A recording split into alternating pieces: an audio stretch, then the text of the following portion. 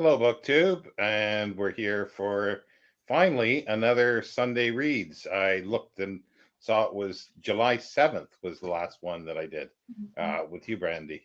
Yeah, So that's 5 weeks ago.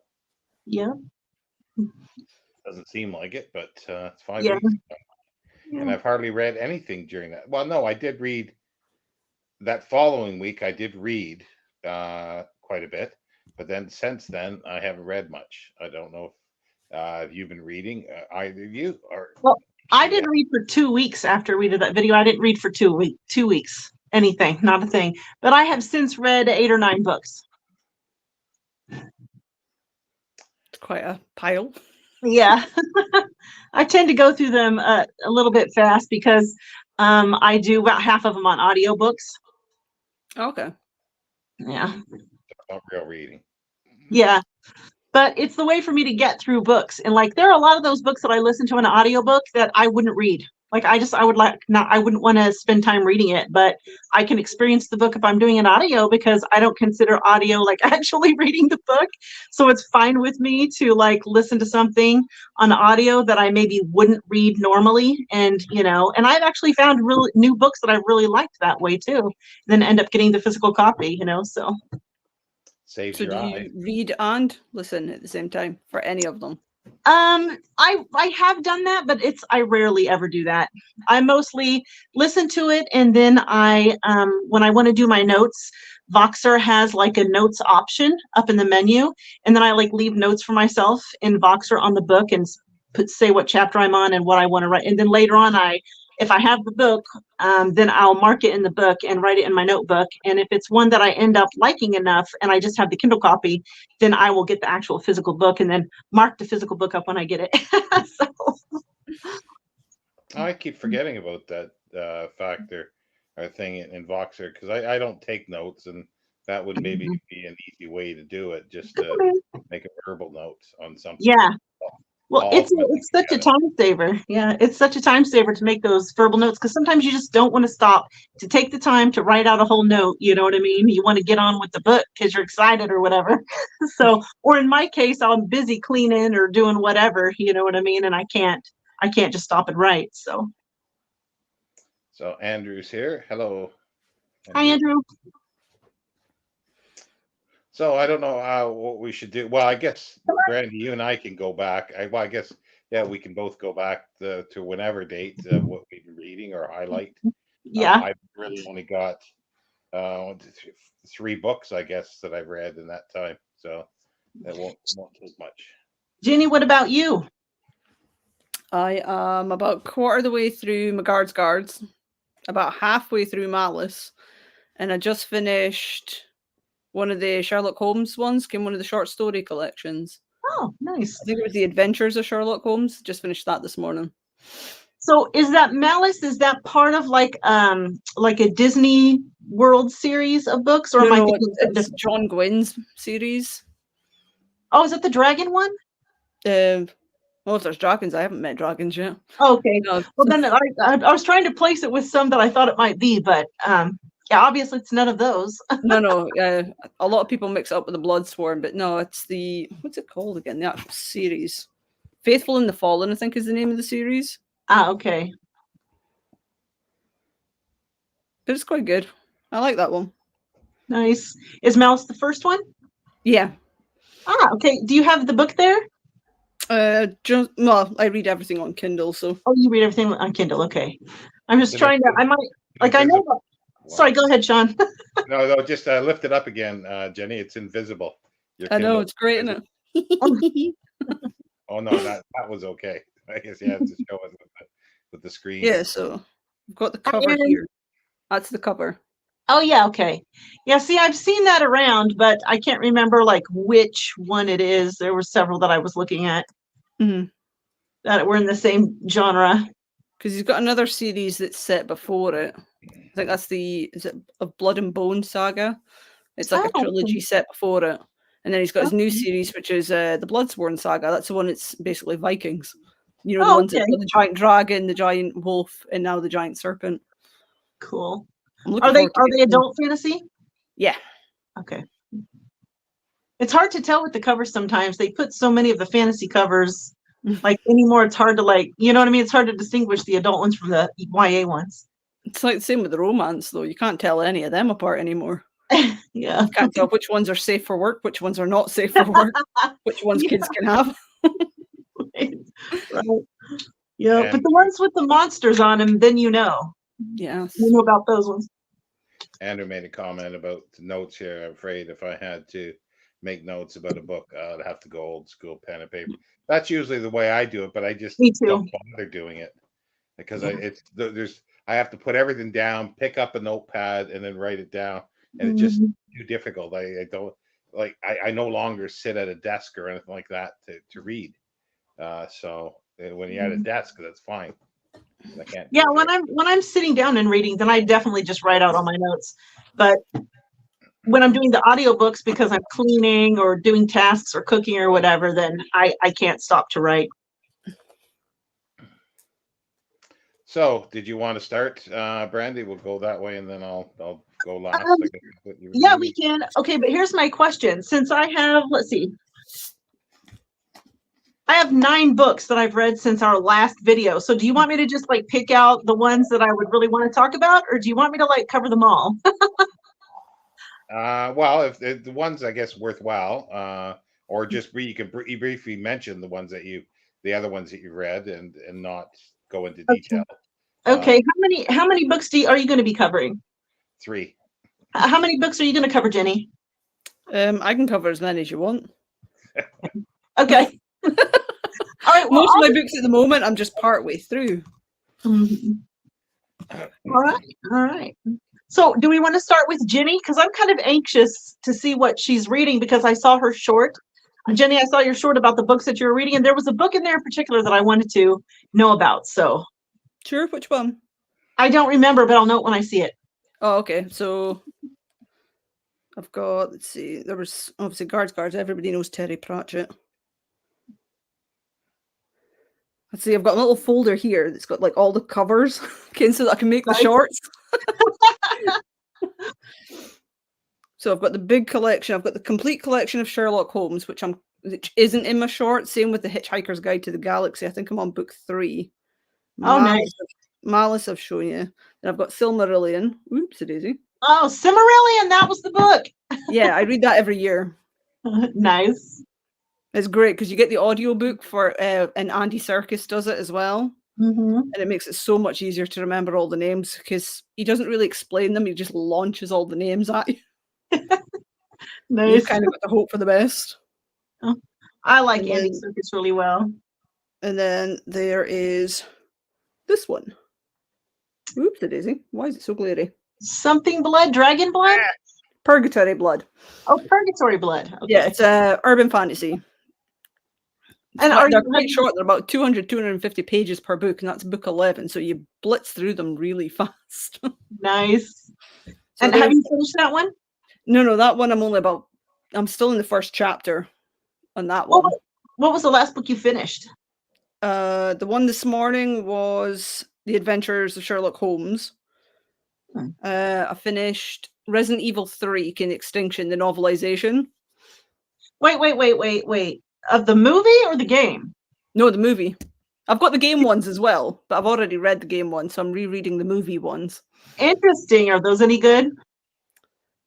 It's literally blow for blow what's in the films. The only difference with the novelizations is that any scenes that were cut out get put back in. So in the book, they actually have Jill Valentine scenes. So she was obviously meant to be in it, but obviously they couldn't get the actress for film 3, so they cut her out completely. And it explains obviously what happened to Jill, what happened to the little girl from Resident Evil 2. Interesting. Yeah. Some of them can be quite fun. Some of the scenes you think, oh, that would have been great to see on screen. You know, those Resident Evil games, my son was never scared of the dark. And then he saw my closest friend, Eric, playing Resident Evil on his PlayStation. And then that made my son scared of the dark. I love those I games. was curious. They're good fun games, though. Yeah, Like, I like to watch them. I didn't like to play them. They what? Some of the puzzles are quite hard. Yeah. I didn't like to play them, but I like to watch other people play them. I like that with some of the more complicated games these days. Yeah. Mhm. Not all of them are that hard anymore, though. That's about all the ones I've completed, apart from, what was it, Hitchhikers? Is it 2? Finally finished Hitchhikers 2. Because I've got them on audiobook as well. Nice. So they're quite good. I discovered something just in the last week on YouTube. It says it's the lost episode of Hitchhiker's Guide to the Galaxy, and it What? was the original TV series. And it's like a fan edit, but it's Arthur Dent and Ford Prefect, and Arthur Dent sort of winds up back at his home, and he's talking to Ford Prefect. He's like, "This is really weird because we seem to be like in a story." Played by actors, and I'm played by so and so, his real name, and then they go to somehow get to London, and they've got Douglas Adams sitting on a couch, like in an interview, and then like he's having trouble writing, so all of a sudden Arthur Dent pops up on his screen and tells the story that he types out. It's really that's weird, hilarious. but it's kind of cool. I'll send you the link later. Nice. Yeah, that's awesome. It's always fun when when the shows take the piss out of themselves. Because was it Supernatural did an episode of that as well? You know, when the brothers get teleported to an alternate reality. So they're Sam and Dean being played by Jared Padalecki, who are playing Sam and Dean. So they've got to do really bad acting. And it's quite fun looking at them going, wait, we're actors? Nice. All the actors get to play like weird versions of their real selves, which is always quite funny. Yeah. Especially Misha Collins. Nice. Their wives were on there too, and as their wives as well. Yeah, it's just that you married fake Ruby. Nice. Yeah, All right. they do. Well, I'm sorry. Go ahead. No, I just saying. There's other shows that have done stuff like that, but I just can't think of it off the top of my head. So never mind. Let's move on. Okay. Well, I'll talk about a book I finished called "The Never-Ending End of the World." Here's the cover on my Kindle. I've got that one. Oh my God, Jenny, you have to read it. You have to read it. I bought it. I think it was like 99p deal. I went, oh, bye. No idea what to know. Yeah, I pre-ordered it before it came out, and I didn't know it at the time, but I have another book by this author called Portals, and I bought it in like 2018, but I just hadn't gotten around to reading it. But this one was so good. This is like, it's modern science fiction, but it would be good for an old school science fiction reader and for a modern science fiction reader. And I don't even think that I could tell you what all of my thoughts on this book, because there was so much to it, and it was a really complex apocalypse. Let's put it that way. I would have to spoil it in order to like really like complete my thoughts. But just for the people who are watching, this is about an apocalypse that involves time where some event has happened, and nearly all of the people in the world, all living things, animals, everything, insects, everything, are caught in a kind of time loop, but none of them are in the same time loop. They even take place during different seasons of the year and different times of the day. And so everybody's in their own time loop. Every living thing is in its own time loop. Every sentient living thing is in its own time loop. And they have like a certain area around them are included in their time loop. So like if they're in their kitchen, then their kitchen and some of the house around them are caught in a time loop with them. And they just repeat the same set of motions over and over again. And every time loop lasts for a different amount of time. And every time loop restarts at a different span. So like some person's time loop might be 6 minutes long, and then it restarts every 18 hours. And another person's time loop might be 45 minutes long and starts over every hour. And then they have like time loops that are only seconds long. So the person, you can't even see them moving, you only see them flashing. They'll flash, and then like however long later they'll flash again, because their time loop is a matter of seconds. And then some people didn't get caught up in the time loop, not very many, but some didn't get caught in the time loop. And it's very dangerous because if you accidentally break someone's time loop, and you can break their time loop by making a loud noise or touching them, it breaks their time loop. And then they go absolutely insane and just fanatically attack whatever is closest to them. And that only lasts for a very brief period, like a matter of seconds, but it can inflict real damage. And then the person dies, and then they disappear. And then anything in their time loop becomes unlooped. But some of the things that were caught in the time loop with them will disappear. But some of them will stay behind. And in the beginning, they don't know what's going to stay and what's going to disappear.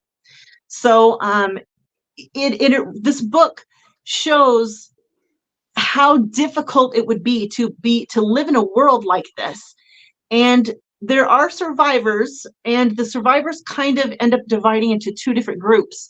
A group called the Seekers, and the Seekers want to figure out what has happened, why it has happened, and how to fix it. And then there are the Chosen, and the Chosen are a group of people who think that everybody caught in a time loop is already dead and that all you're seeing is fragments. And they think that they should go throughout the world and get rid of all of the looped people so that they can get the world back essentially and start over. But the Seekers think that all the people caught in the time loops are still alive. And even if they're not alive, you shouldn't be breaking the time loops because you don't even know what's happening and you don't know what the effects of that could be. And so they try very, very hard not to break any time loops because they don't want to be responsible for killing people. And so I don't really want to say anything more about it because it's really complex. It's really involved. It's like hard science fiction, but it's also very philosophical. It involves a lot of questioning of morals, what's right and what's wrong in particular situations.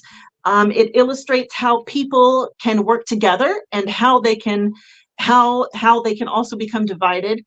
It goes into depth into the reasons that each side believes the way that they do. And I know it sounds like a religious thing, but it has nothing to do with the religion. The Chosen people aren't like religious or anything. They just think that that the people are already dead and that they don't have any problems going out and breaking time loops to reclaim to reclaim portions of the world to make it easier to live. But anyways, yeah, it's very complex, like I said, and this was a 4-star book. The only reason I didn't give it 5 stars is because it needed to be 3 books. Because in the book you're covering there's 2 main characters, Coco and Forrest. And you start out following Coco, and she lives in Manhattan, New York. And so there's lots of people in the time loops, navigating the time loops are really, really complicated there. And so the first third of the book is really you following Coco. She's 12 when the event happens. And you're following her surviving in Manhattan until she leaves Manhattan, up to the point where she meets other people. So that should be one book all by itself because it brings up these moral issues. It brings up, like, she does find one survivor and it brings up that situation. And I'm just like, the author can't get in depth enough with all these things within just one book. So that should have been a book by itself. And then the second part of the book is like Coco, when Coco meets people and she's able to find a settlement to live in, and how that goes for her, which I won't say anything about that. But that is another book, that's a whole nother book. And then the last portion of the book is when they really get down to the nitty-gritty to putting real effort into figuring out how to fix the world, which I won't say anything about that either. But that should have been a book all by itself. It was just so complex that a lot of things got sort of glossed over. Like, you understand they were important, but I wanted to experience things with her. I didn't want to just hear that this happened. You know what I mean? I wanted to experience the things with Coco and with Forrest, and we didn't get that as enough, in my opinion. So that's like my only real complaint about that book is it needed to be 3 books because it was so complex, but it was great. It was fantastic. Old school science fiction readers will love it. New science fiction readers will love it. It's fantastic. I'm super, super impressed. I want to do like a really in-depth video about this book where I spoil everything and talk about all of the nuances in this book. Okay, I was very excitedly talking about that. I'll let somebody else have the floor now. I thought it was going to be a series when I read the synopsis. The implication wasn't like she has a note at the end of this where the author herself comes on and reads her own note, and she talks about how this book was her way of dealing with COVID-19. Like she felt like her dad got sick with COVID-19. He was sick for a really, really long time, and she just felt like it was never going to end. And the implication was that it's not going to be a series. And she can't make it a series. Well, I mean, I guess she could the way it ended, but she could, but it's really unlikely. The way she ended it, I don't think it's going to be a series. So, but read it, Jenny. It is excellent. It gets bumped up being a standalone. Got way too many series just to get through. Yeah. I don't think it's going to be a series. It's definitely, I mean, it's a complete story. So. What about you, Sean? What have you completed? Well, like I say, I've only read 3 books, so I'll go back to the other one from July. It was going to be part of there was 4 main books to the series, Family Saga, the Harry's Chronicles, or Harry's Chronicles. And I read the first 2 books, and the second one was Judith Paris. And it's about the daughter of and her son, to a certain extent, of the rogue Harrys that was in the first one. It started out in the sort of early mid 1700s, and by the time this ends, it's up to the 1820s, and it's set in sort of, I guess, well, the Lake District. It's set in the Lake District. And it's really immersive. Like for me, it was because like I read it like day after day, and you get into their world and a really sort of complex characters that are on one hand batshit insane, but there's other aspects to them and many layers. And it's got everything in it, like Family Saga. So it's got a bit of soap opera bit in it and things like that, like some romance, but it's more about, and there is, like the author said it was supposed to be like a historical document, like history of England. There's more of that in this one than there was, I think, in the first one.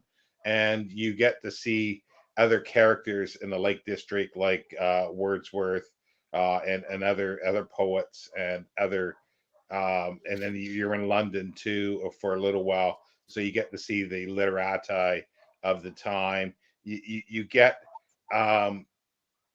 there's things that are going on. There's historical events that are going on, like the well, there was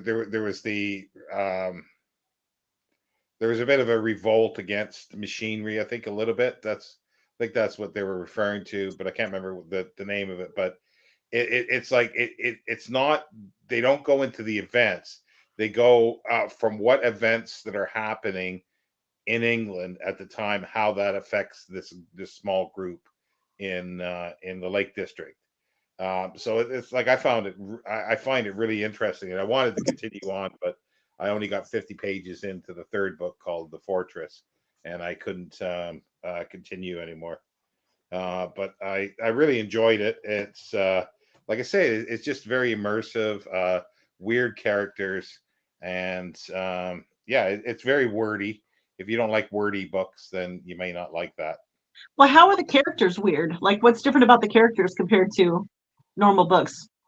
Well, they're more. It's hard to explain. Like he takes a look at a character, but he skews the view a little bit. Like he goes into their strangeness of their thoughts, and at times you think that, well, this is a really creepy guy or creepy person, but not really, because he goes into a little more depth. But it's like taking a lens and just turning it a little bit. I can't really explain it. So, like, do you mean like something that would seem weird and that somebody might be judgmental about? It goes inside the person's head and explains where that particular trait is coming from. Is it like that? Yeah, to a certain extent, yeah, he does with some of the things because, especially with the relationship in the first book between Rogue Harry's, who winds up being in his 50s or 60s and marrying a woman. Well, he first meets her as like an 8-year or 10-year-old child, then meets her again as 16-year-old or somewhere around then marries her when she's in her late 20s or early 30s. But it's kind of a weird relationship, and it's a bit of a warped relationship, but it's explained in such a way that it doesn't make it so warped or what it could be. It's just like, it's usually things that aren't discussed. I don't think in a lot of time, especially at the time in literature. And he takes, as I say, a different lens. He just skews things. He's just looking at it from a different angle. And I kind of like it, but it's not. I don't think it's for everybody. So when were those books written? 1920s, 30s. I think this one was published 1931. I think. And do they take place in that time period? No, like I say, it's early mid 1700s Oh, okay. to this one ends in the 1820s. Okay. And then there's 4 of the main ones, and then he did a couple prequels, or he wrote a full prequel, but then the sequel to it, he died before he finished it, so it's unfinished. Oh. So And who is Judith again? I don't remember from that last time that we did a live. Who is she from the first book? She's the daughter of Rogue Harry's and this Okay. other Okay. gypsy sort of woman. Gotcha. And she's sort of like a free spirit in some ways. Unlike, and that's the thing, the female characters in here are sort of traditional in the sense of the time that it's being written and the time that it's being set, but then they're outside of that as well. They're not quite traditional fully. That's the thing. Interesting. And none of the characters really are, I don't think. Are you going to finish the third book? I will, yeah. Well, I'll restart it at some point, and I want to read through the whole series. But, did you think the first book or the second book was better?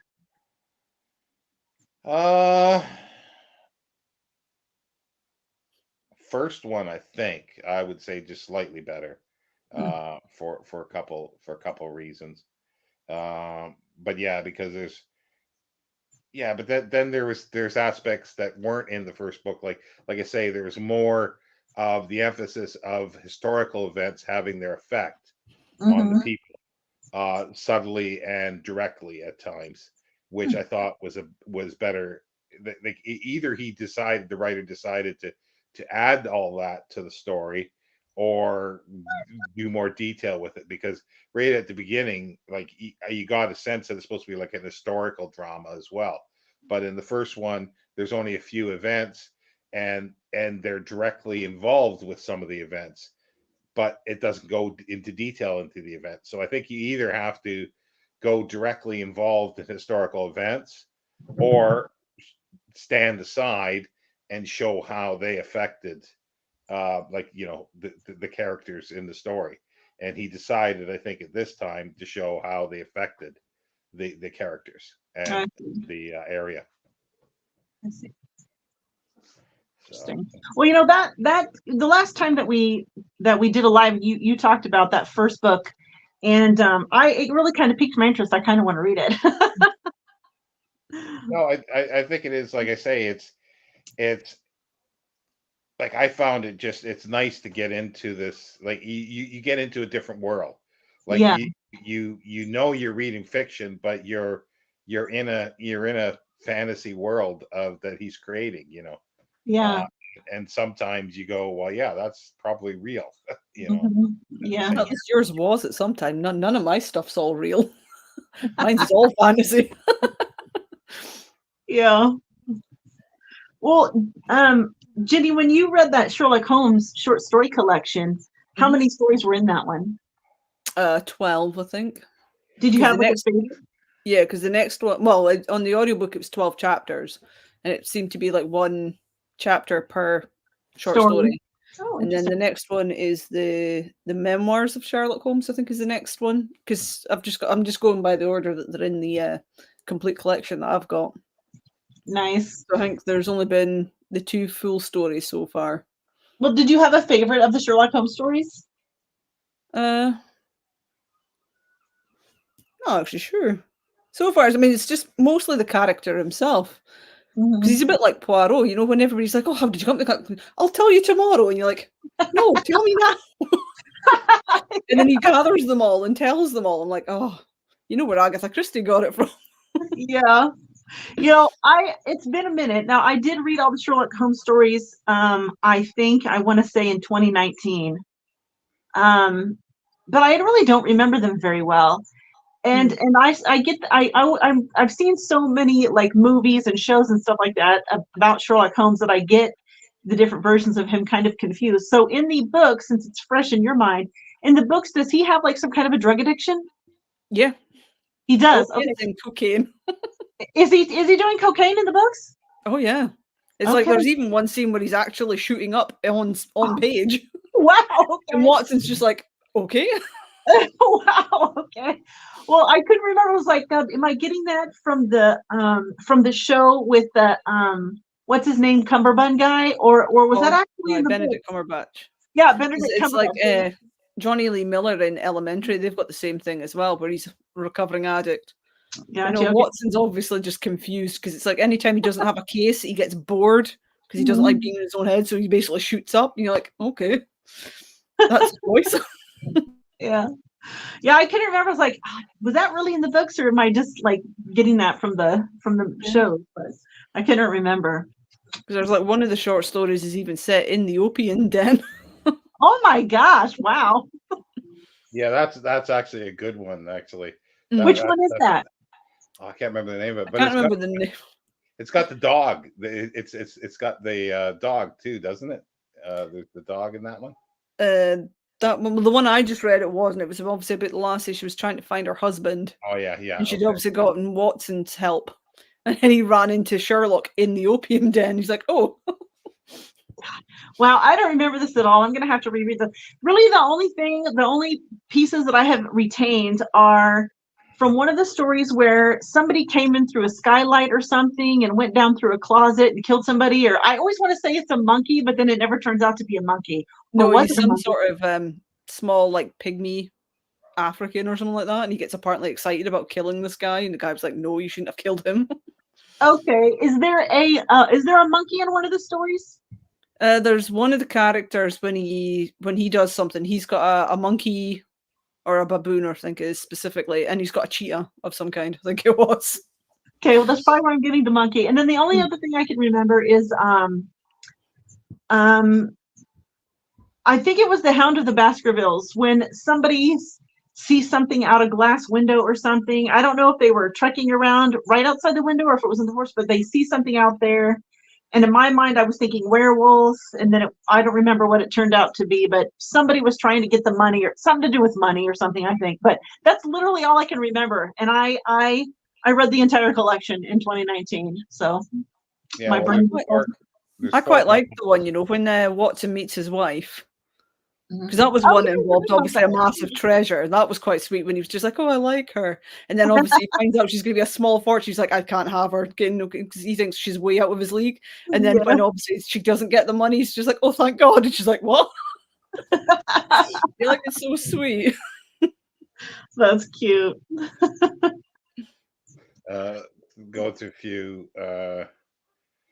comments here. Andrew, this is going back a little bit, but he's partway through a Star Trek series by Kevin Ryan about Klingons masquerading as humans, set firmly in the first season of TOS.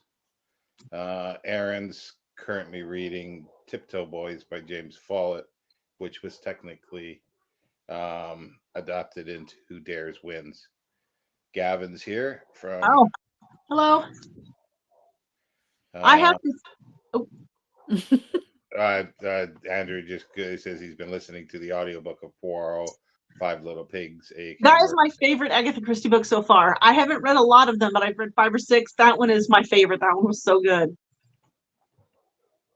Oh, the audiobooks for the Sherlock Holmes are quite good. It's Derek Jacobi that does them. Well, he I did all but can't- the second one. I can't find his version of the second one, but he's obviously done the what was it, Studying Scarlet, and then obviously the short stories. All the other ones I've got, it's all Jacoby that's done them.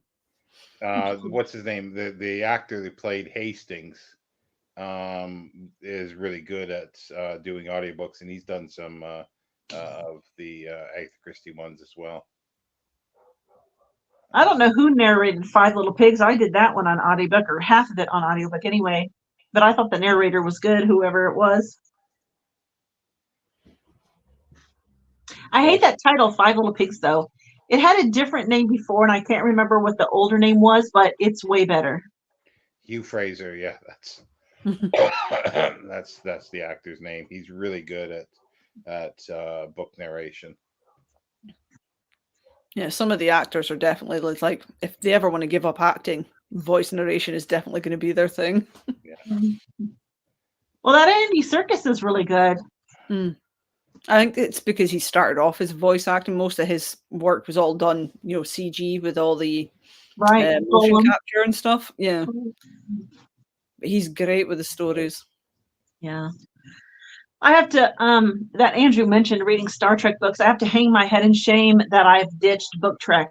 Oh, wow. I know. Can you believe I have Babylon 5 of you? Me ditched Book Trek. I ditched Book Trek. I can't even believe it. I'm gonna get demoted by Vin. Well, I basically ditched the. Well, I have read most of the stuff for that I was going to read for Rocket Summer, but I haven't done videos. I've only done one video. Yeah. So I didn't. Well, that's me with the Book Trek. I did read 8 Star Trek books, but I haven't done any videos at all. So I haven't done any videos on them. And then Rocket Summer, I never did get around to. I meant to, but I never did get around to it. Well, this was one that I had read for 1940s, Rocket Summer by Simak. Nice. And it's actually a rewrite of a story that John W. Campbell wrote when he was a teenager, gave it to Simak sometime in the early 40s. Simak rewrote it. He gave it back to Campbell, and he rejected it. Oh, wow. And then in the 1950s, when Horace Gold, the editor of Galaxy magazine, was starting up his Galaxy novels series, and he asked Simak if he had anything, so he pulled this out of the desk drawer and sent it to him, and it was published there in the 1950s, but it was written in the 40s. And the thing is, it's very Gavin would if he reads this, he would recognize this so much, because Gavin did a video about John W. Campbell's what is it, Arcot, Worley, and Wade or something like that. I think there's these three characters that they just early 30s super science stuff. They whatever you throw at them, they can figure it out. They invent stuff, and that's what these characters are. It's set in a sort of a solar system empire. One guy, rich guy, he's controlling it because he can give power to everybody because he's got these battery reflectors that take energy from the sun, and everything is run by this. But then these two other scientists decide to create another more fantastical energy source that's based on the just a matter that's all around, and the energy that's in the latent energy that's in matter. And then every time that the one side creates something to block the others, they create something better to do this.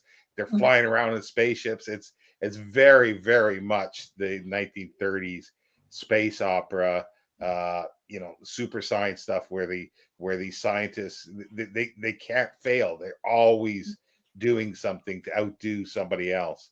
Wow. And that started back in the late 20s, really, with E. Doc Smith and Skylark.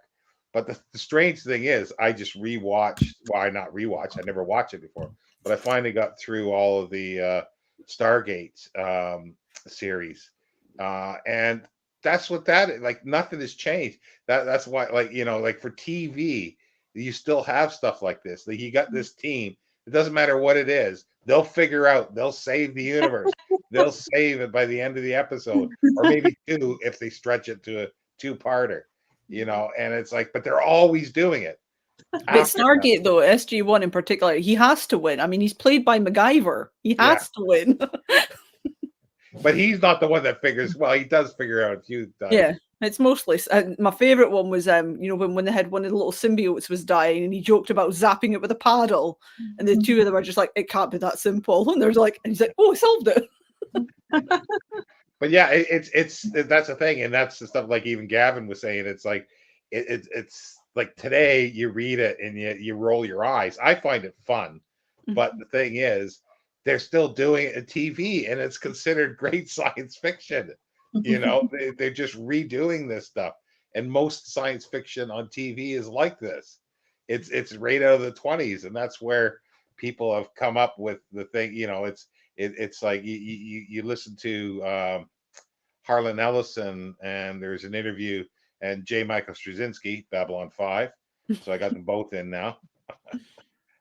Talking on some radio thing, saying that basically like Hollywood, including TV and movies, is what they a cheaper form of science fiction, because they haven't graduated from the super science of the 30s. There's nothing else that's there, and that's why that's why some people use the term sci-fi for that stuff rather than science fiction. So that's how it's got its differences, but most people call everything sci-fi. But that's a totally different discussion. Sci-fi is sci-fi. But this was fun. Like the characters were not deep in any shape. I don't think there was a female in here at all. I don't think there was a woman, not even mentioned. I don't think there was a woman in here, because you wouldn't do that. Like this is like it just wouldn't happen in the 1930 stuff. And that'd be the real sci-fi, wouldn't it? Women, they are real. Yeah, right. Yeah, like he's a MacGyver in space for the whatchamacallit. Well, the one thing, that's what I wanted to say. I should have with your video of Campbell. It's like, have you? I'm sure he's read the later stuff that was the Donald's.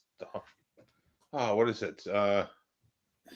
Don A. Stewart. I couldn't think of the name. But that's where Campbell was starting to write stuff like Who Goes There? Like he started writing better stuff under a pseudonym. He wrote the crap under his real name, but he wrote his better stuff under a pseudonym called Don A. Stewart. That is funny.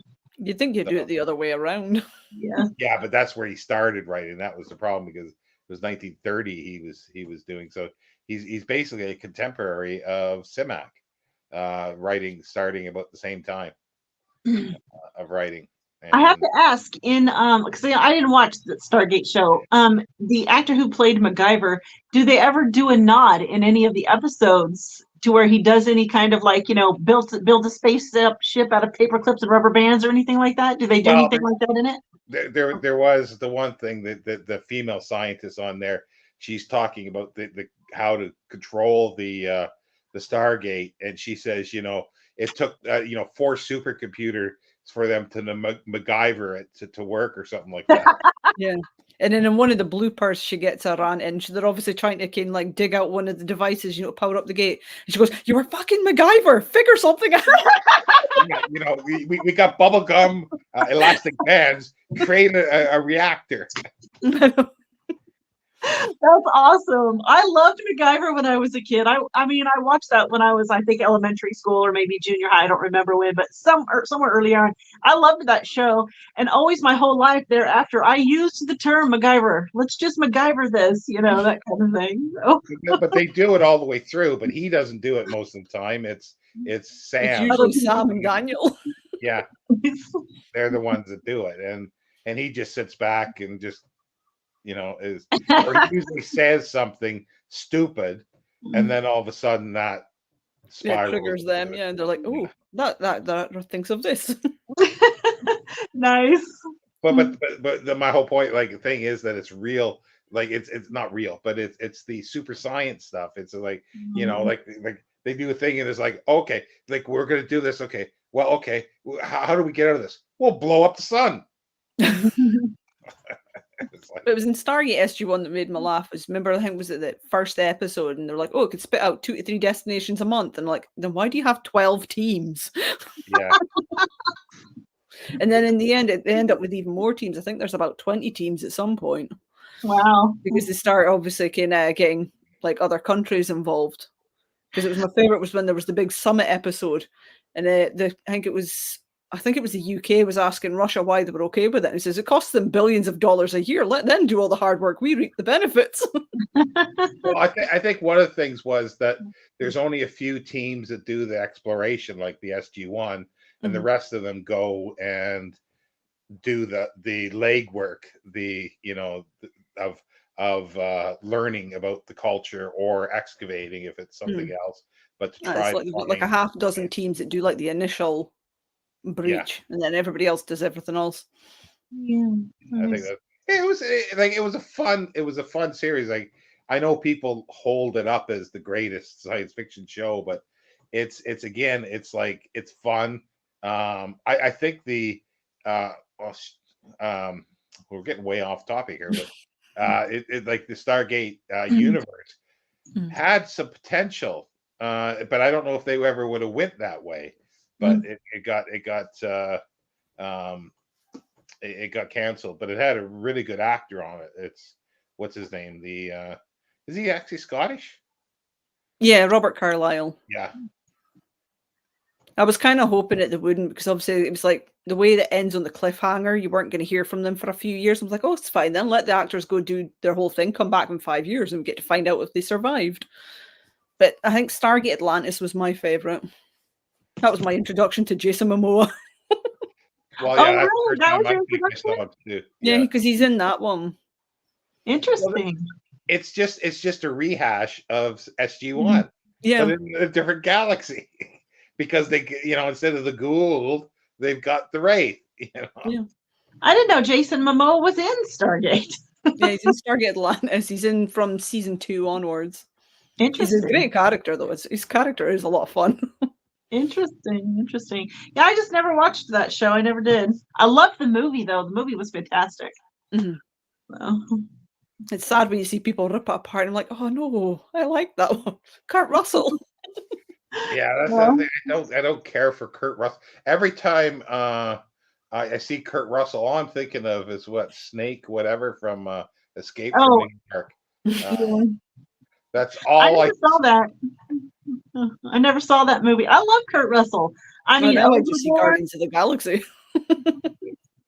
Oh Is he yeah, in I forgot Guardians he's of the Galaxy? Ego in Guardians of the Galaxy. Right. Perfect role for him. Yeah. Anyway, I'll just finish up myself with the books. The last Simak one, All Flesh is Grass. That was July's read. What else? This is an example of the fabulous artwork of the British science fiction book club. That's so awful. Yeah. I've seen worse covers. Yeah. Well, and probably from the British Science Fiction Book Club. It's a good one. I read it. It very much reminded me of reading British stuff like Wyndham and other stuff around the time 50s and 60s, where it's centered on an English village, like the Midwich Cuckoos or something like this. They get isolated, or something happens in a little English village. And that's what it really reminded me of. And it's just, his writing in this is really, really good. Well, what's it about? Well, it's about this guy. He wants to go fishing, and then his car hits a barrier in that's around his town, and he finds out that there's little flowers, like little pansies, purple flowers, that are an intelligence that are moving from world to world, and that there's no such thing as time. It's every second. It goes. this is one of his themes about that. There's he does it many times in City, where the dogs go into the other alternate worlds. They're just sort of a second forward in time or back in time, and the intelligent flowers were created by a race billions and billions of years ago, basically to be a computer. And they're going into other worlds and soaking up the knowledge. There's some humanoids, ones in other Earths, and then there's other evolved life, and they're moving into Earth now. And I wonder if that's where Douglas Adams got the idea, for hitchhikers. The fact that it's mice and they were using us as computers. Yeah. No, yeah. Well, it's like, I don't know, like a lot of this stuff where it began, because there's themes that Simak uses in here, especially of transporting to different places instead of spaceships and things like this. He was talking about in his stories in the 30s. So he reused, like, he had germs of ideas that he just kept going. And there's an intelligent tree in here, which really doesn't really, you don't really learn anything about it. But that is another thing that is throughout his writing: trees, intelligent trees. Yeah, they're called Ents. Lord of the Rings. He's got an entire race of people. They're walking, talking trees. Okay, well, he did it before that, so. But yeah, no, I really enjoyed the. When did Lord of the Rings come out? In the 50s. 50s. Oh, in the 50s. Just looking here, yeah. Aaron says women in space, in science fiction story. That's just asking for trouble. And he enjoyed All Flesh is Grass. Yeah, it's a well written book. I'm gonna have to read that one. That sounds interesting to me. Yeah, it doesn't. See, you don't really care for. I could probably tell you the ones that like I really enjoyed. A Choice of Gods, but there's a lot of talk about philosophy, religion, and things like that. This doesn't really have it. It's there in the background, but this is something else, and he does leave things hanging, though. That's the thing. Occasionally there, so, and I don't think he ever picked up on these, but it's just. Again, it's like full of eccentric characters. There's some eccentric characters in it. And it's set in Millville, where he sort of grew up and he went to school. It's again back in his home stomping ground of southwestern Wisconsin, and so much of his stuff is set there. Oh, nice.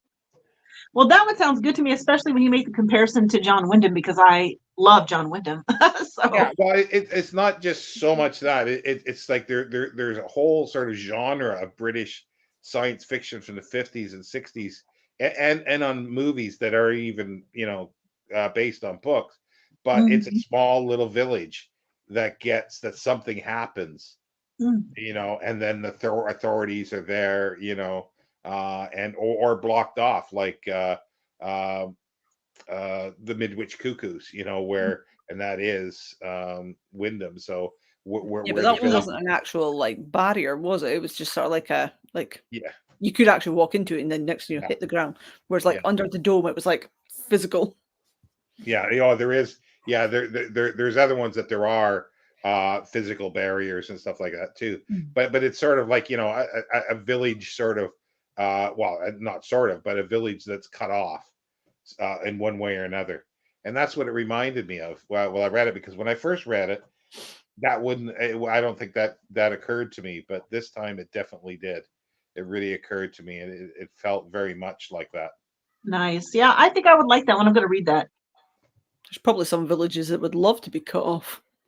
Yeah. Like, oh. So, Jenny, I'm taking it you read Under the Dome then. No, I watched the show and I do have the book, but the book's like, what is it, like 1,100 pages? I'm like, oh, that's long. Yeah, do what, Sean?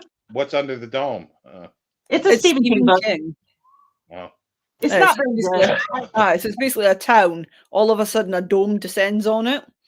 Like one of the best scenes is actually in the first episode where it literally cuts a cow in half because the Well, dome see, comes in the down. book, it's like in the book, it's a beaver. I don't remember there being a cow, but like it's a beaver or a groundhog or something that gets cut in half by the dome going up. I just remember the show, it was a cow because it literally just splits right down the middle and everybody's like, whoa.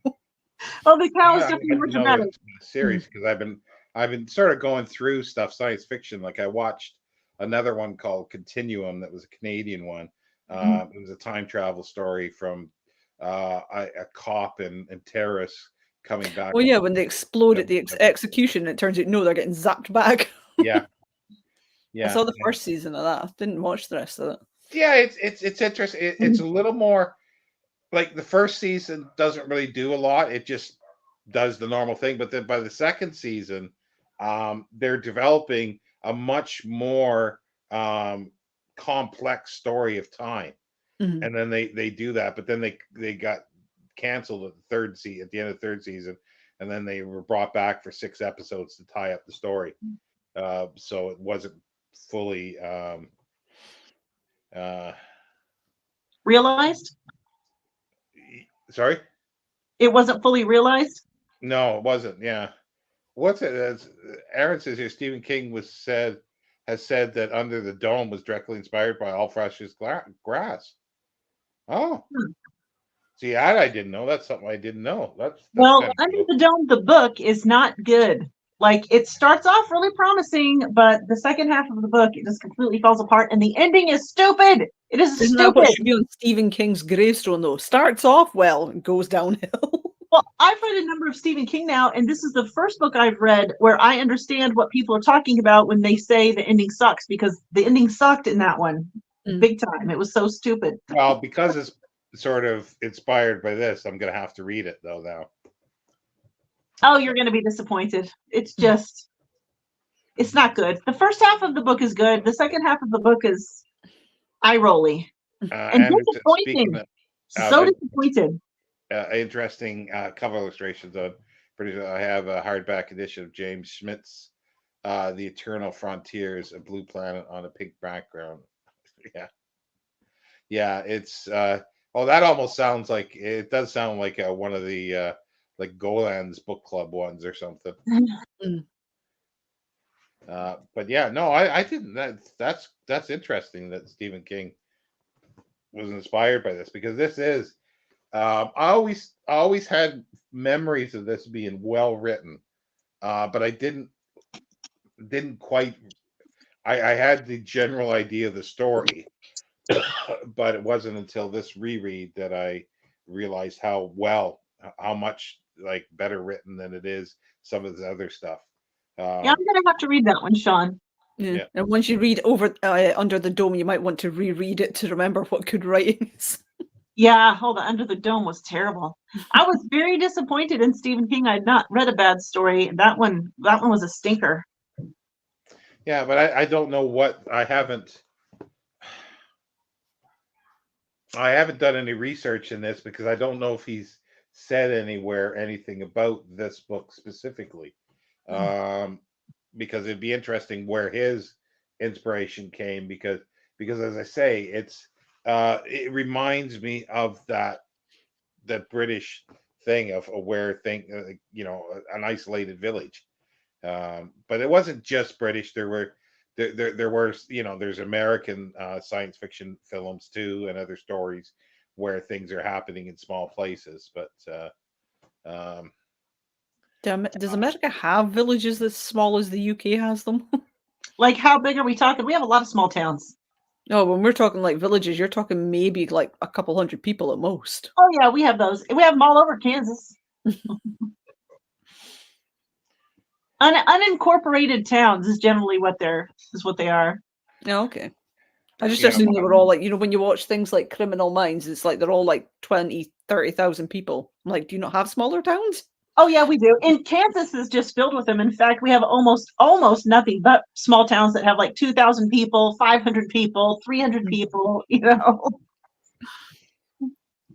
and I feel like America, like Aberdeen, is really big, and it's only 250,000 people, and it's a full-fledged city.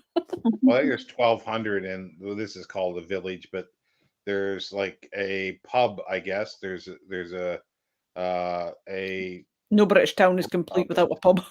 Or 12. well, there's 2 pubs, I guess, if you call the Working Men's Club, and a little convenience store.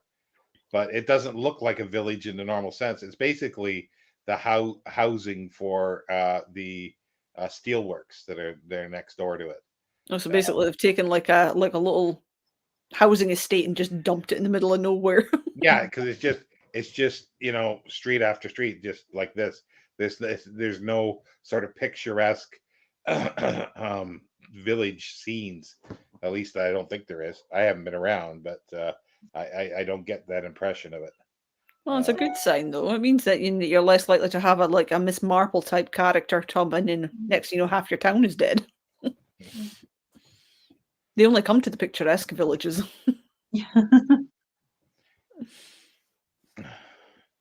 Well, Yeah. I'm sorry, go ahead, Sean. No, I was just saying, I don't know if there's any other books you wanted to speak Yeah, I about. do. I was just gonna You want to read? I was gonna ask Ginny if she had another book that she wanted to talk about. Well, I don't know if this counts. Finally reading Star Trek. Oh. The novelization of one of the second film. Of which film? Oh, the Chris Wrath of Pine, Khan? the Chris Pine ones. So they did the Oh. novelization for the first 2 films, but they didn't do the third one. I'm like, and the completionist in me is not happy because it's the same with the Resident Evil movies. They did 1, 2, and 3. For some reason, skipped 4 and then did all the rest. I'm like, I'm missing one. I need the other one. Yeah. Well, was it a good novelization? I'm assuming you've seen the Kelvin Timeline movies. Yeah, because I quite like them because they're not quite as boring as the original show. Came from what I remember, because my dad was a huge fan. I was just like, "There's not enough action." I was like, "Come on, I need more fights." I don't know if we could be friends. I know. My favorite Star Trek will always be Galaxy Quest. I love Galaxy Quest. That was a fabulous movie. That is the best sucking piss take of Star Trek ever. Yeah, that is really good. I loved Galaxy Quest. Well, was your novelization good? Yeah, because like I said, they're basically just blow for blow. It's like they're handed, I think, the original script. So they basically write this, the film, or write the book around that. Because sometimes they come out before the films do as well. See, I've struggled with novelizations because I want to read novelizations, but my problem is a lot of them aren't good. Like if it's just a blow by blow of the movie, then I'm bored. I want them to add something to it. Like let's get into the characters' heads in ways that you can't get into them in the movies. You know, that's like would be the advantage of the book. And so I hardly ever find novelizations of books, of movies, or even like television programs where they're done well, where they've given me a better look at the characters. And so that's why I was asking, you know what I mean? Like what is Alan Dean Foster does them quite well.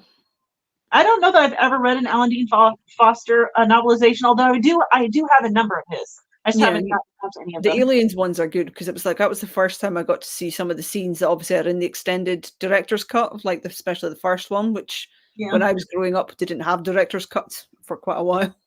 Yeah. So it was like some of those scenes were good. And it was good to see them then on screen once the director's cuts came out and you're like, oh, this is that scene. Nice. Well, any other book you want to talk about? What else am I reading? Because it's like the Star Trek I use basically, that's the one I read at work. Because it's like propped up. Because I don't need to focus too much because obviously I do know the story from the films. Oh, yeah. Yeah. And then obviously I've got my Guards and Malice because they're audiobooks as well as because I read them because it's so much easier to block people out if you've got your audiobook in whilst you're reading. Then you're just like gives you more excuse. And I basically read that one either at home or in Starbucks right before work. Nice. Nice. Well, I have one more book that I at least want to tell you guys about. Just before that, like Andrew was saying, the Wrath of Khan novelization. Yeah. And McIntyre. I've read that, and that's the only Vonda McIntyre book that I've read, I think. And I enjoyed it because I did like Wrath of Khan when it came out. Do you feel like you got into the characters' heads more by any chance? I don't remember that. I just remember liking it. Well, when I saw him when you put that comment up that he made, I have the Wrath of Khan novelization, but I have not read it yet. I mean, I'm thinking about maybe next year for Book Trek, I might do all the novelizations that I have of the movies and the episodes. I love a good novelization. There's certain things you watch, like even like things like Stargate, they've got like tie-in ones rather than actual novelizations. Oh yeah, It's yeah. it's the amount of games, like computer games, that get them as well, and then there's so many new ones, and I'm like, oh, please give me a novelization. But Yeah, they well, don't, because they I don't looked it sell up. that well. I knew that there were some Stargate ones, and I sort of thought, oh, I wonder. Like, I thought there might be a dozen maybe. No, there's about 30 of them at least. Well, more Wow. than that if you count Because Stargate Universe and Atlantis has Atlantis, got its own but section as 90 well. or more. There's 90 or more to them, and I'm going, no, that's Oh. too much. I really I'm want to read determined one day I'm going to read all of them. Good I've luck got with most of that. the supernatural ones as well. The I feel that supernatural ones are great because they even tell you like which episodes they're set between. I didn't Yeah, know but they did there's somebody novelizations that's writing the Supernatural in the Supernatural. Oh, I know that was great because I'm pretty sure it's the actual covers as well from the actual books. Oh, Is there anything they don't make books for? I didn't. You guys are talking about all this, and I'm like, they made books for that? Yeah. Wow. Anything they can make money from, they'll put books out. Because I think Grimm's only got about 5, which was a shame because I liked Grimm. Yeah, that I was liked Grimm. I saw the first season of that. That was good. 5. Yeah, it's got about 5 tie-in books. I feel that way about Sequest. I love Sequest. I'm slowly rewatching that, and it only has 3 books. And I did track them down at one time, but I didn't pick them up. But I do plan to pick those up at some point and read them. But there's only 3. Yeah, well, there's what's that other site? I always forget the name of it. I enjoyed it with Ben Browder and Farscape. Farscape. Yeah, like there's 3 or 4 of those, and I have to read those because like you read the first paragraph and you go, this is so badly written that I've got to read this. I'm surprised they didn't do a nod to that in Stargate SG-1, given the fact that half the Farscape cast are in Stargate SG-1. Because they all show up, I think it's around season 7. I'm surprised that the Stargate, oh my gosh. The one we were just talking about, Farscape, geez. That the Farscape books were bad because I think those would make excellent books if somebody. Well, I don't know if they all are. There's one that I read the first paragraph. I had them as ebooks, and I just burst out laughing because it was just so bad. I think it just depends on which writer you get. I mean, it's like if they don't understand how to translate it from visual into print, maybe that's why it's so bad. Yeah. Alan Dean Foster, obviously, he has to work in the film industry for him to get it done so well. Yeah, he might. Andrew was talking about the Wrath of Khan. He says McIntyre fleshed out the scientists on Regulus 1 and Lieutenant Savick. So yeah, so there'll be more stuff. This is Wrath of Khan. Oh, Wrath of Khan. Okay. Nice. Okay, thank you for that information. And oh yeah, Vonda McIntyre. She's a pretty good Star Trek writer, Vonda McIntyre. I think she might have done some Babylon 5 ones too. Oh, interesting. Might have. Well, she's done a number of Star Trek. She does well. So what you were going to speak about another book, Brandy? Oh yeah, right. I was going to tell you about this. Oh, yeah, I wanted to tell you about Sourdough by Robin Sloan. Have any of you guys read this? No. I'm guessing it's not a cookbook. It is not a cookbook. Okay, so like this year I've been kind of branching out into books that I wouldn't normally read. And this is one of these books. I would have never picked this up, but it kind of piqued my interest when I saw somebody talking about it a couple of years ago. I thought, oh, maybe I want to try that. It sounds like it might be interesting, but you know, it also might be a huge disaster. So I didn't ever pick it up, but I finally picked this up. It's absolutely fantastic. I gave this 5 stars, and it's only like 259 pages, so you can read it really fast. But it's about this girl who is a computer programmer, or an AI programmer, I should say. And she gets this job working for this tech company who does robotic arms in San Francisco.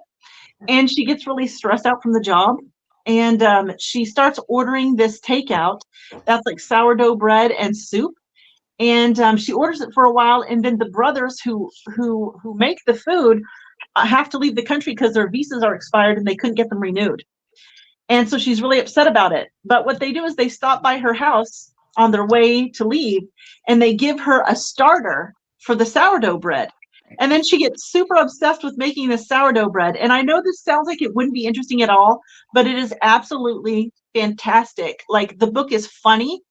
And this girl gets so obsessed with the sourdough bread, making the sourdough bread, that she builds her own like brick stove in the courtyard area of her apartment building without permission. And it's just very, very funny. And it's kind of magical realism, but not really, because the implication is that the bread starter is alive. She certainly talks about it as if it's alive, but there's never any confirmation that it actually is, only that it's unique. But anyways, it's really, really clever writing. It's really engaging and it's funny. And I would like totally recommend this if somebody wants to like step outside their box and try something different. It was surprisingly good. I gave it 5 stars. Okay, I'm done there. Going back to Farscape here, I pulled up one of the books. Here's the beginning. Okay. The figure standing on the vessel's bridge was as hard and unyielding as an ice planet, frozen on the surface, molten at the core. Fire, he snarled. Captain exclaimed the weapons tech, looking up startled from the blinking nubs and pressers of his command array. I told you, sir, we haven't reached full energy capacity. That one paragraph alone launched the entire ice planet barbarians. That just sounds so bad that I like once I read that, I go, I have to read these. Yeah, well, when you read them, you'll have to give us a full report on them. I'm dying to know. Oh, you should do it like there was this what was it? There was one of these stories, what was it, Kissing the Coronavirus? And there was a lassie on TikTok, and she actually did a kind of review for it as if it was the most important piece of literature ever made. And it was the funniest video I've ever watched. Everybody loved it. It was the way she did it. It was so brilliant. How she did it with a straight face, I don't know. That's what you should do. Do it like a proper critical analysis. Like, this is great. That would be awesome. And Sean, you're good at that kind of humor. I was, maybe. I don't know. My brain doesn't work that well. It's nice to be here again. So what have you got upcoming to read? What was your August reads, or do you have anything? Me or Jenny? Well, both of you, but not at the same time. Well, I just started Dark Matter and the Dinosaurs, and I'm about 50 pages in, and it is fabulous so far. And it's all about, well, I shouldn't say it's all about, but one of the big things she covers is the idea that it's possible that some kind of interaction with dark matter affected helped bring about the extinction of the dinosaurs. And she's not saying this is definitely what she thinks or anything. She's just pointing out that this is a possibility because we know so little about dark matter. So really the book is all about dark matter. And anyways, it's really good so far. So she'll probably say it could be Tunguska as well. Some what? Tunguska. What's Tunguska? Tunguska. It's the explosion in Siberia and whatever. Okay, I got you. But anyways, yeah, she's not like she's a real scientist and everything. She's not trying to say that's the way it was. She's really talking about dark matter is what she's doing, and this is just a catchy title. That's it. That's all I've got planned. Yeah, I'm mood reading. I'm just picking up whatever is striking me at the moment.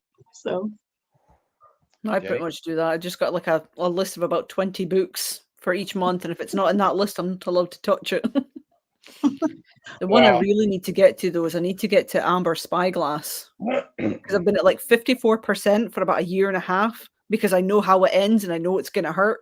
Mm-hmm. So I'm like, no, it's still a happy ending. How do you know how it ends? Did you watch a movie or something? No, because I watch spoilers. Spoilers don't bother me. Oh, okay.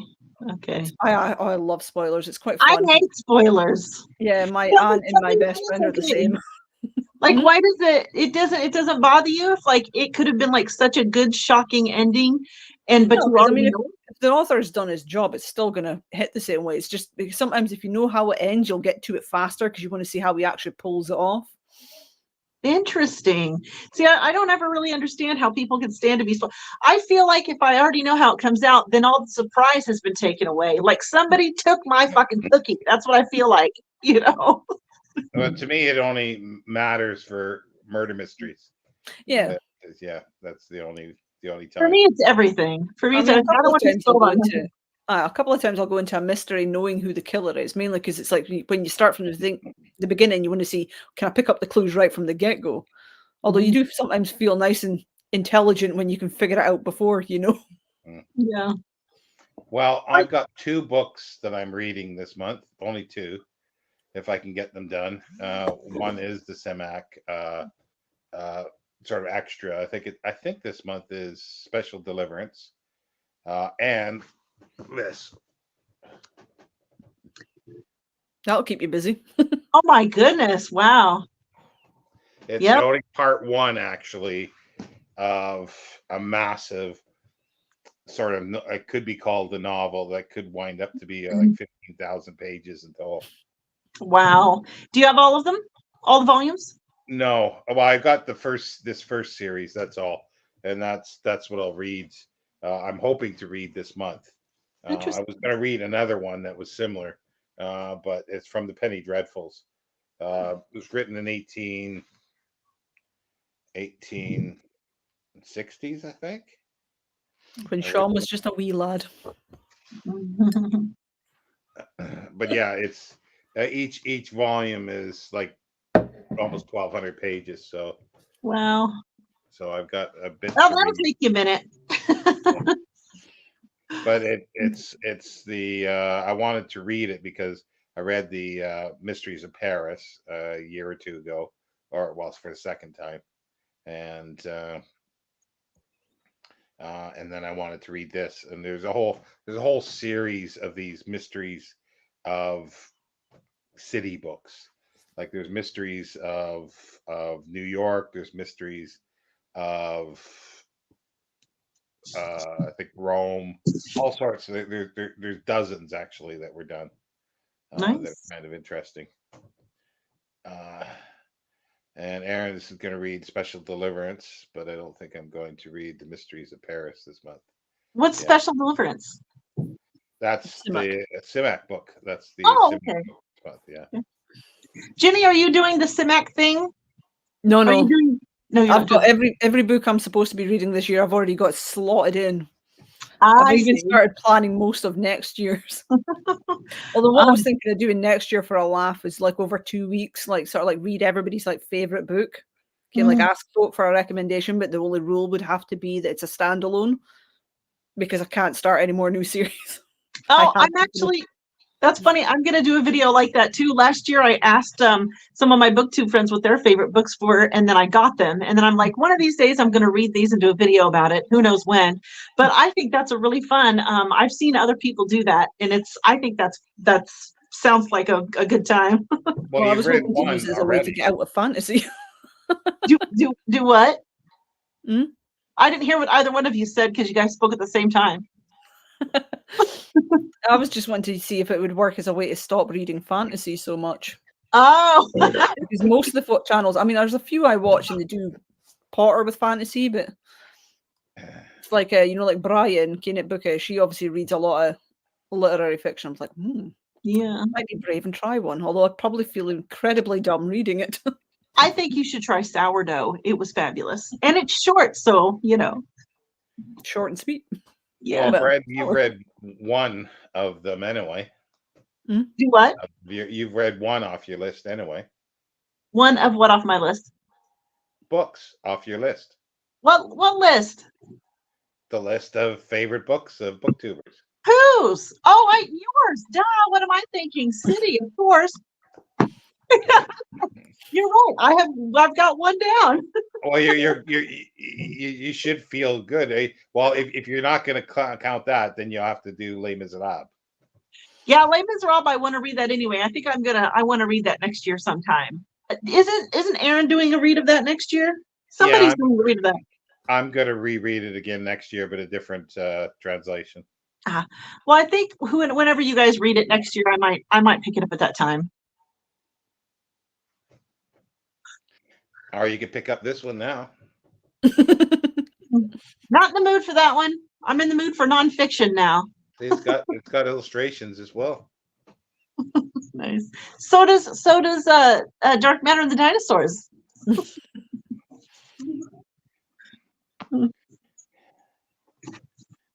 See, here you go. Here's the Big Bang, and then the inflation that occurred afterwards. There's somebody being laid into a coffin. Or taken out of it. Yeah. It's body snatchers. Well, actually, there is body snatchers in here, so that could very well be taking The true accounts of broken hair. Resurrection Men. Because I think it is set in the 1820s, 18 teens and 20s, but it's written in so it's a historical novel. Nice. Sort of. Jenny, when do we get to see another video? At the moment, I've got all the Tuesdays set out because I've got, what was it? Pat just tagged me in yet another video. Aaron got me in another one. So there's like about 5 tags that I've now got to film and put them out. So I don't know whether I just leave them one each Tuesday or double them up just to get them over with. Yeah. It's like Pat and Aaron started tagging me before I'd even done the first one. I'm like, that's cheating. I've been tagged and I haven't done any for a long time. Oh, that's me too. I only do them occasionally. I like tags, but like I'm so hit and miss with my videos that I most of the time don't ever get around to doing tags. Oh, my favorite was, what was it? One of the tags is the Honest Booktuber. Was it the Honest Booktuber? And it goes on about like is there anything you changed since the start of your channel? Like, my channel's not old enough. Yeah. Yeah. Tell it's been good seeing everybody chat. It's like there was a lot of folk obviously commented at first. I was like, oh, everyone's here. You mean they commented only on the first video? Well, I've only got the one, the shorts. Heidi's commented on a couple of the shorts. Well, you did the newbie. I did the newbie tag. That's the only like proper video I've done. Any of the rest of the videos that's on my channel is all everybody else's live streams that I've been stealing. Gotcha. Yeah, because I did see the newbie tag, but I think I watched that. I think I'm not sure when I watched that, but I didn't comment on it for some reason. I must have watched it at a time that I was following. I think I commented on it, but I don't remember what I said. I think most people it was just a case of hello. Kane's like, welcome to BookTube. Ryan's was funny because he'd obviously mentioned about my sense of humor, and I was like, is that a polite way of saying I'm weird? Did you get your cookies? No, not yet. Or your biscuits? I will buy my own cookies. What cookies? Well, Gareth and Dave promised me cookies if I did my newbie tag. They owe you. They owe you. So Aaron's saying that he's going to tag you every time, Jenny. I know. I was hoping that if I do them fast enough, then it can like run out of tags and I can sort of like pull back and just go stick to the comments again. Well, you could do a weekly roundup or just every Friday or something like that of what you read. Just that's one thing to do. Just a roundup. Yeah, I think I'll just probably do the Friday shorts every time, Kane. Let everybody know the sort of stuff I'll be reading. It'll be interesting to see if I get through them all this time. This week we just finished. I was obviously working 55 hours, so I was a bit pooped because they were like quite late. So it's like by the time you get home, straight in, get some food, and I'm out like a light. Watch some YouTube. So it's like most of my reading is literally done on the way to work, on the way from work, or whatever I can get in between customers. Yeah. What kind of retail do you work in? I work in the bookies. What's a bookies? Like taking bets.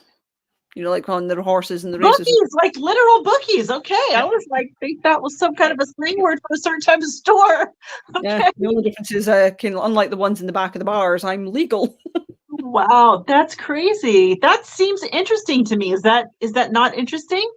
Oh, it can be, yeah. Because obviously, again, it was I worked obviously in the post office 2 doors down, so it was everybody seemed a bit surprised because yeah, I got out of the post office finally, but I only got like 2 doors away.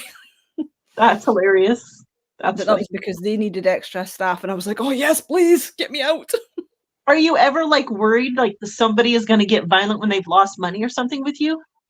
No, because we've got security in place for that.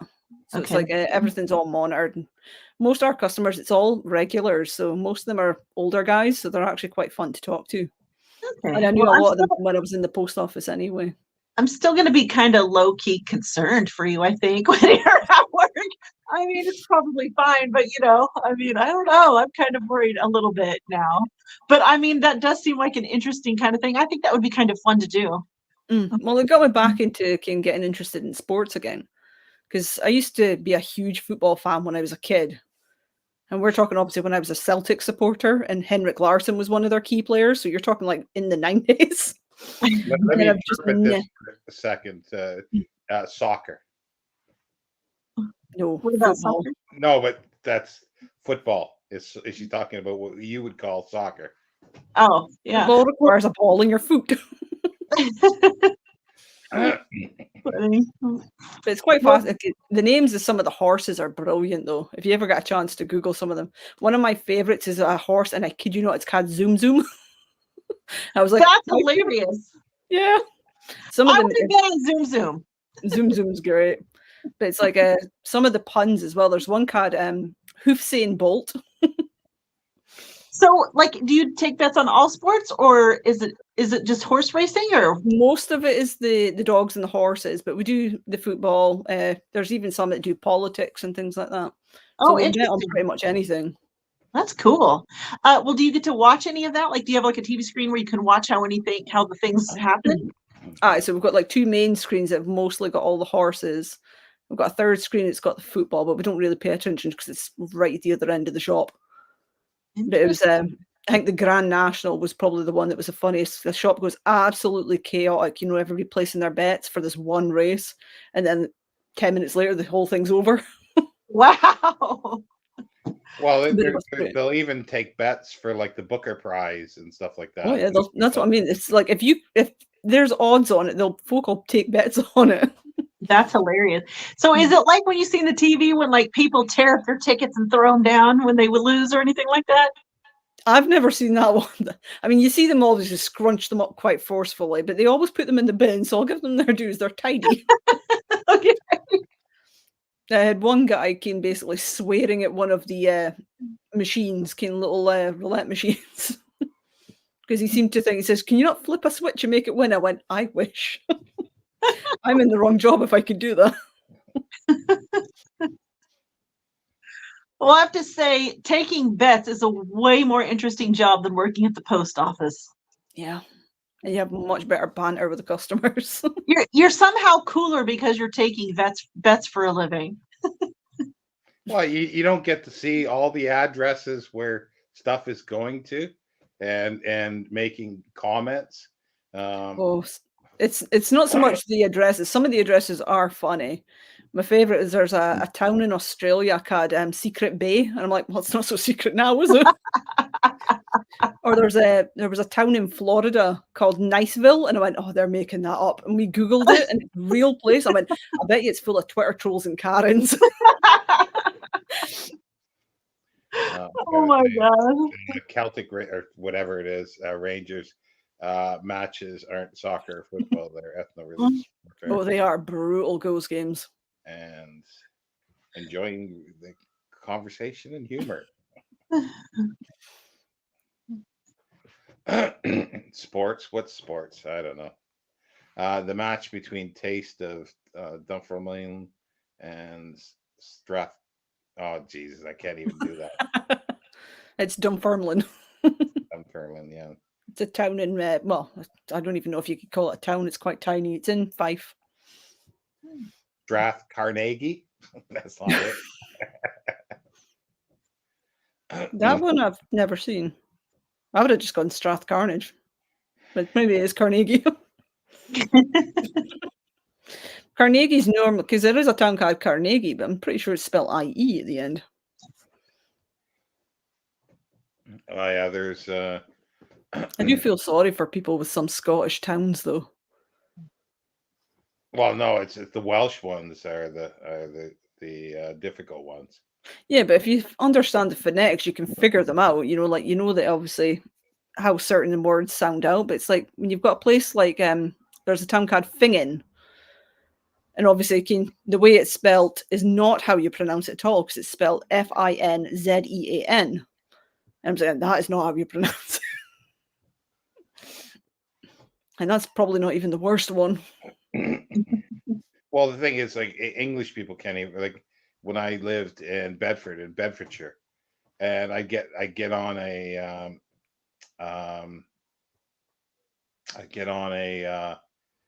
a telephone line or something with somebody for something like my phone or whatever, and they'll say, "Oh, you're in Bedfordshire," and this is in England. They don't even, people don't even know that it's Bedfordshire, within England. So, and then that's why I always find it funny where English people laugh at other people that are outside that are not English that can't pronounce the names, and I'm going, well, you can't even pronounce them, so.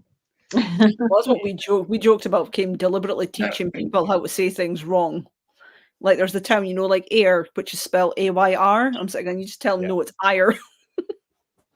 Well, there was a little village or Corners. It used to be a village where I used to live in Canada. It was Ayr, and that's what it was. It was settled by people from Ayr. They moved to Ayr from Ayr to Ayr. Yep. That's hilarious. Yeah, it's the The one best bad thing place- about our ancestors is like they were so lazy when it came to naming places. But the best place was a little Corners. It used to be, I think, there used to be something there, maybe a tavern or something, but it's called Punky Doodle Corners, and that's a real name. You can do a search, and you can find it, and you can even find a Google thing, and you can find Punky Doodle Corners. That's hilarious. Yeah, I don't even. It's not the name. It's not a name of a place. It's a name of a church, isn't it? My favorite though was the Weathermen that obviously managed to say that town all in one go, and everybody's like, "Oh my lord, that is impressive." But it's not a name; it's a sentence, or it's a Yeah. paragraph. Actually, that's the thing. It's like there has to be a shorter version of it. Come to good. Come to good. Sounds kinky. Oh my god. Well, isn't there? Yeah, there are places like in Europe because people that get their signs stolen because it's pronounced cunt or something like that, and so people buy or steal the signs all the time. There's all sorts of things like that. You get some folk on social media, and their entire thing is just finding all the towns with the worst names, and they photograph themselves with them. But you That just sounds think, like a fun thing to do. like, you really should have thought that one through.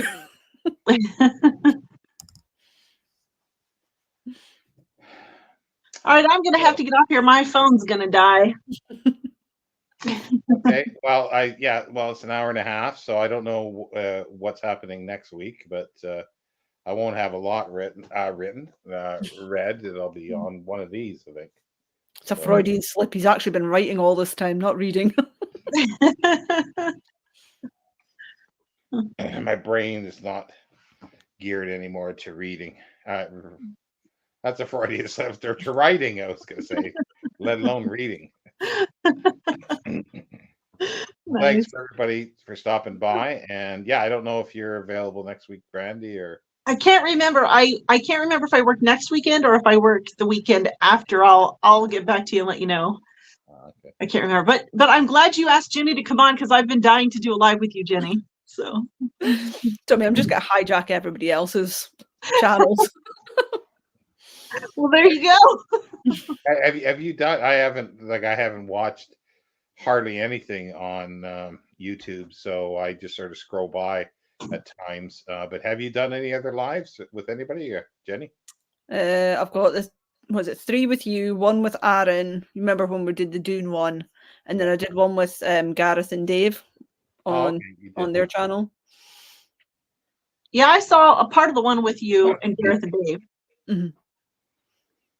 That was fun. Yeah.